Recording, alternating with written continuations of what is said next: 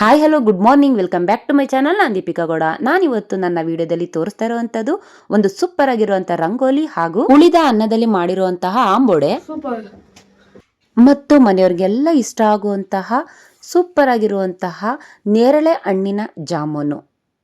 ಮಕ್ಕಳಿಗೆ ಈ ತರ ಮಾಡಿಕೊಡಿ, ಟೇಸ್ಟ್ ಆಗಿರುತ್ತೆ.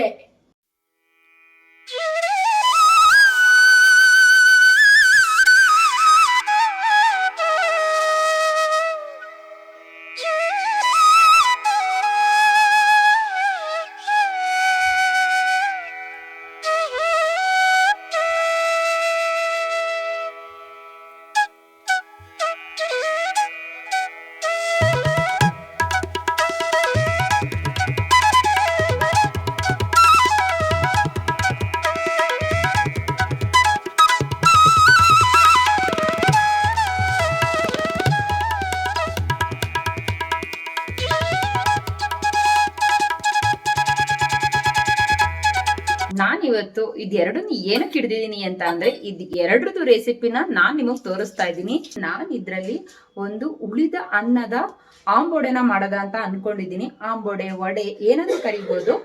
ಇದ್ರಿಂದ ಒಂದು ಜಾಮ್ನ ಮಾಡ್ತೀನಿ. ಅದ್ ಯಾವ ರೀತಿ ಮಾಡ್ತೀನಿ, ಏನೆಲ್ಲ ಹಾಕಿ ಮಾಡ್ತೀನಿ ಅಂತ ನೋಡಿರಂತೆ ಬನ್ನಿ. ಎರಡನ್ನು ಮಿಕ್ಸ್ ಮಾಡಿದ್ರೆ ನಿಮ್ಗೆ ಕನ್ಫ್ಯೂಷನ್ ಆದ್ರೂ ಆಗ್ಬೋದು. ಹಾಗಾಗಿ ಒಂದು ಕಡೆಯಿಂದ ಫಸ್ಟ್ ಒಂದ್ ರೆಸಿಪಿನ ತೋರಿಸ್ತೀನಿ, ಅದಾದ ನಂತರ ಇನ್ನೊಂದ್ ರೆಸಿಪಿನ ತೋರಿಸ್ತೀನಿ. ಎರಡನ್ನು ಕನ್ಫ್ಯೂಸ್ ಮಾಡೋದ್ ಬೇಡ ಅಂತ ಅನ್ನೋದಕ್ಕಷ್ಟೇ. ಫಸ್ಟ್ ಇಲ್ಲಿ ಒಂದು ಮಸಾಲಾನ ರೆಡಿ ಮಾಡ್ಕೊಳ್ಬೇಕು. ಇದು ನೀರ್ ಹಾಕ್ತೇನೆ ಮಾಡ್ಕೊಳ್ಳೋ ಅಂತ ಮಸಾಲ. ಇಲ್ಲಿ ಒಂದು ಅರ್ಧಕ್ಕಿಂತ ಸ್ವಲ್ಪ ಜಾಸ್ತಿ, 1 ಸ್ಪೂನ್ ಅಷ್ಟು ಬೇಡ, ಒಂದು ಅರ್ಧಕ್ಕಿಂತ ಸ್ವಲ್ಪ ಜಾಸ್ತಿ ಜೀರಿಗೆನ ತಗೊಂಡಿದ್ದೀನಿ.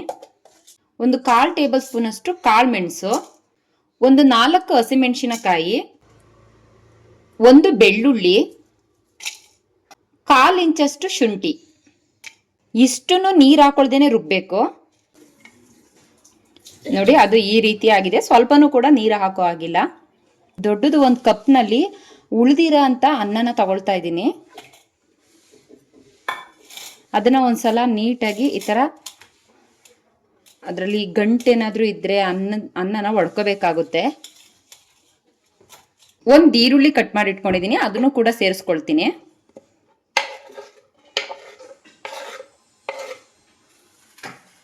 ನಾವೇನ್ ಡ್ರೈ ಮಸಾಲ ರುಬ್ಬಿಟ್ಕೊಂಡಿದೀವೋ ಅದು ಕೂಡ ಸೇರಿಸ್ಕೊಳ್ಬೇಕು.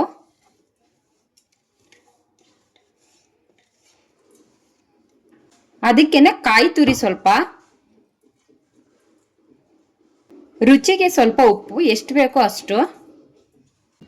ಇದನ್ನೆಲ್ಲ ಈಗ ನೀಟಾಗಿ ಮಿಕ್ಸ್ ಮಾಡ್ಕೊಳ್ಬೇಕು.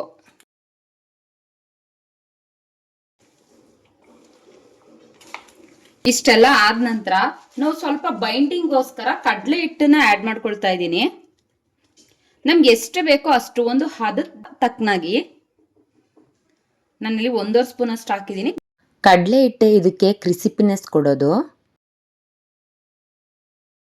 ಸ್ವಲ್ಪನೇ ಸ್ವಲ್ಪ ನೀರ್ನ ಆಡ್ ಮಾಡ್ಕೊಳ್ತಾ ಇದ್ದೀನಿ, ಅದು ಬೈಂಡಿಂಗ್ ನೀಟಾಗಿ ಆಗ್ಬೇಕಲ್ಲ, ಹಾಗಾಗಿ. ಒಂದೇ 1 ಸ್ಪೂನ್ ಆಗಷ್ಟು, ಇದು ಚೋಟಾ ಸ್ಪೂನಲ್ಲಿ ಒಂದೇ 1 ಸ್ಪೂನ್ ಆಗಷ್ಟು ಸ್ವಲ್ಪ ಬಿಸಿಯಾಗಿರೋ ಎಣ್ಣೆನ ಆಡ್ ಮಾಡ್ಕೊಳ್ತಾ ಇದ್ದೀನಿ. ಉಳ್ದಿರೋ ಅನ್ನ ಆಗಿರೋದ್ರಿಂದ ಅದನ್ನ ಗಟ್ಟಿಯಾಗಿ ಪ್ರೆಸ್ ಮಾಡಿ ಕಲ್ಸ್ಕೋಬೇಕಾಗುತ್ತೆ. ಎಲ್ಲ ಕಲ್ಸಿಟ್ಟ ನಂತರ ಕೈಗೆ ಸ್ವಲ್ಪ ಆಯಿಲ್ನ ಹಾಕೊಂಡು, ಆಯಿಲ್ ಏನಕ್ಕೆ ಹಾಕೊಳ್ತೀವಿ ಅಂತ ಅಂದ್ರೆ ಅದು ಅನ್ನ ಅಲ್ವಾ, ಸ್ವಲ್ಪ ಅಂಟದಂಗೆ ಆಗುತ್ತೆ. ಅದಕ್ಕೋಸ್ಕರ ಸ್ವಲ್ಪ ಆಯಿಲ್ನ ಆಡ್ ಮಾಡಿಕೊಂಡು ಕೈಗೆಲ್ಲ ಈ ತರ ನೀಟಾಗಿ ಸವರ್ಕೊಂಡು ಉಂಡೆ ಕಟ್ಟಿ ಸೈಡ್ಗೆ ಎತ್ತಿಟ್ಕೋಬೇಕು.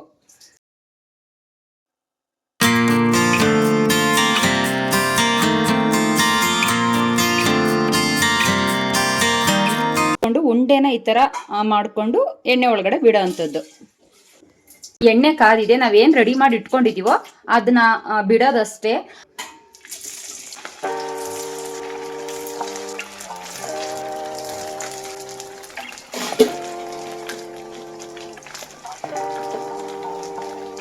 ಸ್ವಲ್ಪ ಕಮ್ಮಿನೇ ಹಾಕಿದ್ದೀನಿ.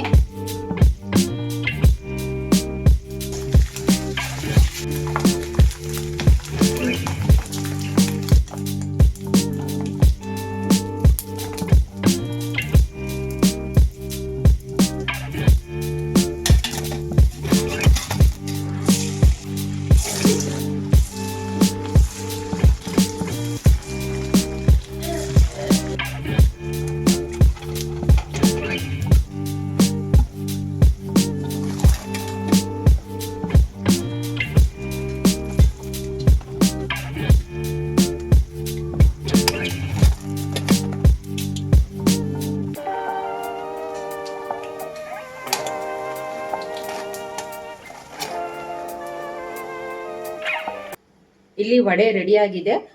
ಇದು ಮಾಮೂಲಿ ವಡೆಗಿಂತನೂ ತುಂಬಾ ಅಂದ್ರೆ ತುಂಬಾ ಚೆನ್ನಾಗಿದೆ. ನೀವು ನೋಡ್ತಾ ಇರ್ಬೋದು ನೋಡಿ. ನಾನು ಇದಕ್ಕೆ ಜಾಸ್ತಿ ಏನು ಇಂಗ್ರೀಡಿಯೆಂಟ್ಸ್ನ ಹಾಕಿಲ್ಲ. ಒಂದು ಕೊತ್ತಂಬರಿ ಸೊಪ್ಪನ್ನು ಕೂಡ ಹಾಕಿಲ್ಲ ನಾನು. ನಾನು ಏನೇನು ಹಾಕಿದ್ದೀನಿ ಅನ್ನೋದನ್ನೆಲ್ಲ ನಿಮಗೆ ತೋರಿಸಿದ್ದೀನಿ. ತುಂಬಾ ಅಂದ್ರೆ ತುಂಬಾ ಚೆನ್ನಾಗಿ ಬಂದಿದೆ. ಜೊತೆಗೆ ತುಂಬಾ ಮೆತ್ತಗಾಗಿಲ್ಲ, ಕ್ರಿಸಿಪಿನೆಸ್ ಇದೆ ಇದರಲ್ಲಿ ನೋಡಿ. ಕ್ರಿಸಿಪಿನೆಸ್ ತುಂಬಾ ಚೆನ್ನಾಗಿದೆ. ಮತ್ತೆ ಇದನ್ನು ತುಂಬಾ ಬೇಗ ಅಂದ್ರೆ ಬೇಗ ಮಾಡಬಹುದು. ತುಂಬಾ ಕಮ್ಮಿ ಇಂಗ್ರೀಡಿಯೆಂಟ್ಸ್ ಅಲ್ಲಿ. ನೀವು ಕೂಡ ಮನೇಲಿ ಅನ್ನ ಏನಾದ್ರೂ ಮಿಕ್ತಾಗ ವೇಸ್ಟ್ ಮಾಡಬೇಡಿ. ಈ ತರ ಏನಾದ್ರೂ ಒಂದು ಇಂಗ್ರೀಡಿಯೆಂಟ್ಸ್ ನ ಹಾಕಿ ಈ ತರ ಒಂದು ರೆಸಿಪಿನ ಟ್ರೈ ಮಾಡಿ. ಯಾವ ರೀತಿ ಬಂತು ಅಂತ ಕಮೆಂಟ್ ಸೆಕ್ಷನ್ ಅಲ್ಲಿ ಕಮೆಂಟ್ಸ್ ಮಾಡೋದನ್ನ ಮಾತ್ರ ಮರಿಬೇಡಿ. ನಾನೀಗ ಇದನ್ನ ನನ್ನ ಮಗನ್ಗೆ ಟೇಸ್ಟ್ಗೋಸ್ಕರ ಕೊಟ್ಟು ನೋಡ್ತೀನಿ. ಅವ್ನು ಯಾವ ರೀತಿ ರೆಸ್ಪಾಂಡ್ ಮಾಡ್ತಾನೆ ಅನ್ನೋದನ್ನ ನೀವೇ ನೋಡಿ.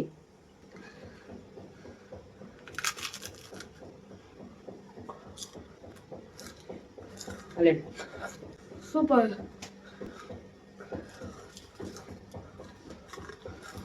ನಿಜಕ್ಕೂ ತುಂಬಾ ಸೂಪರ್ ಆಗಿದೆ, ಕ್ರಿಸ್ಪಿ ಆಗಿದೆ. ಒಂದ್ಸಲ ನೀವು ಟ್ರೈ ಮಾಡಿ.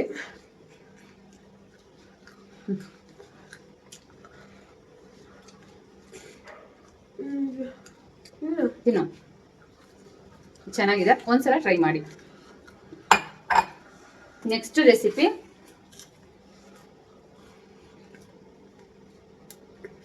ನೇರಳೆ ಹಣ್ಣಿನ ಜಾಮ್ನ ಯಾವ ರೀತಿ ಮಾಡ್ತೀನಿ ಅಂತ ತೋರಿಸ್ಕೊಡ್ತೀನಿ, ನೋಡೋದ ಬನ್ನಿ. ನಾನಿಲ್ಲಿ ನೇರಳೆ ಹಣ್ಣನ್ನು ಬೀಜ ತೆಗೆದು ಚಿಕ್ಕ ಚಿಕ್ಕದಾಗಿ ಕಟ್ ಮಾಡಿ ಇಟ್ಕೊಂಡಿದ್ದೀನಿ. ಇದನ್ನು ಒಂದು ಮಿಕ್ಸಿ ಜಾರ್ಗೆ ಆ್ಯಡ್ ಮಾಡಿಕೊಂಡು ಅದನ್ನು ಒಂದು ನುಣ್ಣಗೆ ಪೇಸ್ಟನ್ನ ರೆಡಿ ಮಾಡ್ಕೊಳ್ತೀನಿ. ಇಲ್ಲಿ ಪೇಸ್ಟು ರೆಡಿಯಾಗಿದೆ. ನುಣ್ಣಗೆ ಅಂದರೆ ತುಂಬ ನುಣ್ಣಗಿರಬೇಕು, ಸ್ವಲ್ಪನೂ ಕೂಡ ತರ್ತರಿ ಇರಬಾರ್ದು. ನೇರಳೆ ಹಣ್ಣಿನ ಪೇಸ್ಟು ಒಂದು ಬಟ್ಲಷ್ಟಾಗಿದೆ. ಅದನ್ನು ಒಂದು ಗ್ಯಾಸ್ ಮೇಲೆ ಒಂದು ಪಾನ್ನ ಇಟ್ಟು ಆ ಪಾನಿಗೆ ನಾವೇನು ಪೇಸ್ಟ್ ಮಾಡಿ ಇಟ್ಕೊಂಡಿದ್ದೀವೋ ಆ ನೇರಳೆ ಹಣ್ಣಿನ ಪ್ಯೂರಿ ಅಥವಾ ಪೇಸ್ಟ್ ಅದನ್ನು ಹಾಕ್ಕೊಳ್ಬೇಕು. ತುಂಬ ಜಾಸ್ತಿ ಉರಿನ ಇಟ್ಕೊಳ್ಬಾರ್ದು. ಒಂದು 5 ನಿಮಿಷ ಸ್ಟಿರ್ ಆದ ನಂತರ ನಾನು ಯಾವ ಕಪ್ನಲ್ಲಿ ನೇರಳೆ ಹಣ್ಣಿನ ಪೇಸ್ಟನ್ನು ತೊಗೊಂಡಿದ್ದೀನೋ ಅದೇ ಕಪ್ಪಿನಲ್ಲಿ ಒಂದು 3/4 ಭಾಗದಷ್ಟು ಬ್ರೌನ್ ಶುಗರ್ನ ಆ್ಯಡ್ ಮಾಡ್ಕೊಳ್ತಾ ಇದ್ದೀನಿ. ನೀವು ಬೇಕಾದರೆ ಶುಗರ್ನಾದರೂ ಆ್ಯಡ್ ಮಾಡ್ಕೊಳ್ಬೋದು. ನಾನಿಲ್ಲಿ ಬ್ರೌನ್ ಶುಗರ್ ತೊಗೊಂಡಿದ್ದೀನಿ, ಯಾಕಂದರೆ ಶುಗರ್ ಬದಲು ಬ್ರೌನ್ ಶುಗರ್ನ ಯೂಸ್ ಮಾಡಿದ್ರೆ ಮಕ್ಕಳಿಗೆ ಸ್ವಲ್ಪ ಒಳ್ಳೆಯದು ಅಂತ ಅಷ್ಟೇ. ಬ್ರೌನ್ ಶುಗರ್ ಹಾಕಾದ್ಮೇಲೆ ಸ್ವಲ್ಪನೂ ಕೂಡ ಕೈ ಬಿಡಬಾರ್ದು. ಮೀಡಿಯಮ್ ಉರಿ ಇಟ್ಕೊಂಡು ನೀಟಾಗಿ ಅದನ್ನು ಸ್ಟಿರ್ ಮಾಡ್ಕೊಳ್ತಾನೇ ಹೋಗಬೇಕು. ನಾವೇನಾದರೂ ಸ್ಟಿರ್ ಮಾಡೋದನ್ನು ತಪ್ಪಿಸಿದ್ರೆ ಸೈಡಲ್ಲೆಲ್ಲ ಅದು ಅಂಟು ಸ್ವಭಾವ ಇರೋದ್ರಿಂದ ಸೈಡಲ್ಲೆಲ್ಲ ಅಂಟ್ಕೊಬಿಡುತ್ತೆ, ಗಟ್ಟಿ ಆಗ್ತಾ ಹೋಗುತ್ತೆ. ಹಾಗಾಗಿ ಸ್ವಲ್ಪನೂ ಕೂಡ ಕೈ ಬಿಡ್ದಂಗೆ ಮೀಡಿಯಮ್ ಉರಿ ಇಟ್ಕೊಂಡು ನೀಟಾಗಿ ಸ್ಟಿರ್ ಮಾಡ್ತಾನೆ ಇರಬೇಕು. ಸ್ಟಿರ್ ಮಾಡ್ತಾ ಮಾಡ್ತಾ ಸ್ವಲ್ಪ ಗಟ್ಟಿಯಾದ ನಂತರ ಚಿಟಿಕೆಯಷ್ಟು ಉಪ್ಪನ್ನ ಹಾಕಿ ಅದನ್ನು ಕೂಡ ನೀಟಾಗಿ ಸ್ಟಿರ್ ಮಾಡಬೇಕು. ಇದು ಫೈನಲ್ ಸ್ಟೇಜು ನೋಡಿ. ಇಷ್ಟು ಗಟ್ಟಿ ಆದರೆ ಸಾಕು. ಇಷ್ಟು ಗಟ್ಟಿಯಾದ ನಂತರ ನಾವೊಂದು ಗ್ಲಾಸ್ ಕಂಟೈನರ್ಗೆ ಅದನ್ನು ಟ್ರಾನ್ಸ್ಫರ್ ಮಾಡ್ಕೊಳ್ಬೇಕಾಗುತ್ತೆ.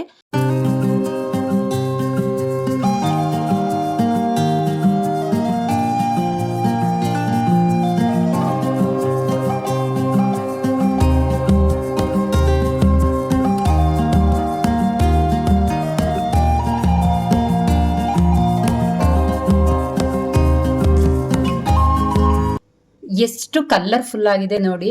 ಅದಕ್ಕೆ ಫುಡ್ ಕಲರ್ ಆಗಲಿ ಏನು ಯೂಸ್ ಮಾಡಿಲ್ಲ. ಆ ನೇರಳೆ ಹಣ್ಣಿನ ಕಲ್ಲರೇ ಅಷ್ಟು ಮಜವಾಗಿರುತ್ತೆ. ಅದಕ್ಕೆ ಬೆಲ್ಲ ಸೇರಿಸಿದಕ್ಕೆ ಅದು ಒಂಥರ ಶೈನಿಂಗ್ ಆಗಿ ಬಂದಿದೆ. ತುಂಬ ಅಂದರೆ ತುಂಬ ಚೆನ್ನಾಗಿದೆ. ನಾವಿಬ್ರು ಸೇರ್ಕೊಂಡು ನೇರಳೆ ಹಣ್ಣಿನ ಜಾಮ್ನ ಮಾಡಿದ್ದೀವಿ. ನನ್ನ ಮಗಂಗೆ ಈಗ ಟೇಸ್ಟ್ ಕೊಡ್ತೀನಿ, ಯಾವ ರೀತಿ ಇದೆ ಅಂತ ಅವನೇ ತಿಂದು ಹೇಳ್ತಾನೆ. ಎಷ್ಟು ತಿಕ್ಕಾಗಿ ಬಂದಿದೆ, ಅಂಟ್ಕೊಂಡೆ ಬಿಟ್ಟೈತೆ.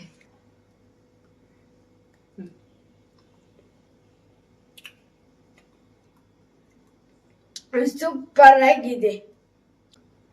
ಮಕ್ಕಳಿಗೆ ಈ ತರ ಮಾಡಿಕೊಡಿ, ಟೇಸ್ಟ್ ಆಗಿರುತ್ತೆ. ಇದು ನಾನು ಸ್ವಲ್ಪನೇ ತಗೊಂಡಿದ್ದೆ. ಒಂದು 1/4 kg ನೇರಳೆ ಹಣ್ಣ ತಗೊಂಡಿದ್ದೆ. ಹಾಗಾಗಿ ಸ್ವಲ್ಪನೇ ಆಗಿದೆ. ಅದು ತುಂಬಾ ಅಂದ್ರೆ ತುಂಬಾ ರುಚಿಯಾಗಿದೆ. ಇದಕ್ಕೆ ನಿಂಬೆಹಣ್ಣಿನ ಅವಶ್ಯಕತೆ ಇಲ್ಲ, ಹಾಗೂ ಮತ್ತೆ ಶುಂಠಿ ಅವಶ್ಯಕತೆ ಇಲ್ಲ. ನಾನು ಕಳೆದ ವಿಡಿಯೋದಲ್ಲಿ ಪಪಾಯ ಜಾಮ್ನ ಮಾಡಿ ತೋರಿಸಿದ್ದೆ ನಿಮಗೆ. ಅದರಲ್ಲಿ ಶುಂಠಿನೂ ಹಾಕಿದ್ದೀನಿ, ಜೊತೆಗೆ ನಿಂಬೆಹಣ್ಣಿನ ರಸನೂ ಕೂಡ ಬಿಟ್ಟಿದ್ದೀನಿ. ಪಪಾಯದಲ್ಲಿ ಹುಳಿ ಅನ್ನೋ ಅಂಶ ಇರೋದಿಲ್ಲ, ಹಾಗಾಗಿ ನಾನು ನಿಂಬೆಹಣ್ಣನ್ನ ಅದಕ್ಕೆ ಯೂಸ್ ಮಾಡಿದ್ದೆ. ಇದಕ್ಕೆ ನೇರಳೆ ಹಣ್ಣಿನಲ್ಲಿ ಸ್ವಲ್ಪ ಹುಳಿ ಅಂಶ ಇದ್ದೇ ಇರುತ್ತೆ. ಏನೇ ಸ್ವೀಟ್ ಇದ್ರೂ ಕೂಡ ತುಂಬಾ ಹಣ್ಣಾಗಿದೆ ಅಂತ ಅಂದ್ರೂ ಕೂಡ ಅದರಲ್ಲಿ ಹುಳಿ ಇದ್ದೇ ಇರುತ್ತೆ. ಹಾಗಾಗಿ ನಾನು ನಿಂಬೆ ಹಣ್ಣನ್ನ ಬಳಸಿಲ್ಲ, ಮತ್ತೆ ಶುಂಠಿ ಕೂಡ ಬಳಸಿಲ್ಲ. ತುಂಬಾ ಅಂದ್ರೆ ತುಂಬಾ ಚೆನ್ನಾಗಿದೆ. ನೀವು ಬ್ರೆಡ್ ಜೊತೆ ಅಲ್ದೇನೆ ಸಿಂಗಲ್ ಆಗಿ ತಿನ್ಬೋದು. ಇಷ್ಟೇ ಆಗಿರೋದು, ಕಲರ್ಫುಲ್ ಆಗಿದೆ. ಶುಗರ್ ಹಾಕಿಲ್ಲ, ನಾನು ಬೆಲ್ಲನ ಯೂಸ್ ಮಾಡಿದೀನಿ. ಶುಗರ್ ಯೂಸ್ ಮಾಡೋದ್ರ ಬದಲು ಬೆಲ್ಲ ಯೂಸ್ ಮಾಡೋದ್ರಿಂದ ಮಕ್ಕಳಿಗೆ ಸ್ವಲ್ಪ ಒಳ್ಳೇದು ಅನ್ನೋದಕ್ಕೋಸ್ಕರ ನಾನು ಬೆಲ್ಲನ ಯೂಸ್ ಮಾಡಿದೀನಿ. ನೀವು ಶುಗರ್ ಕೂಡ ಯೂಸ್ ಮಾಡ್ಬೋದು. ಸ್ವಲ್ಪ ಈ ಶುಗರ್ನ ಸ್ವಲ್ಪ ಜಾಸ್ತಿನೇ ಹಾಕೊಳ್ಬೇಕಾಗುತ್ತೆ. ಯಾಕಂತ ಅಂದ್ರೆ ಇದರಲ್ಲಿ ಹುಳಿ ಅಂಶ ಇರುತ್ತಲ್ಲ, ಹಾಗಾಗಿ.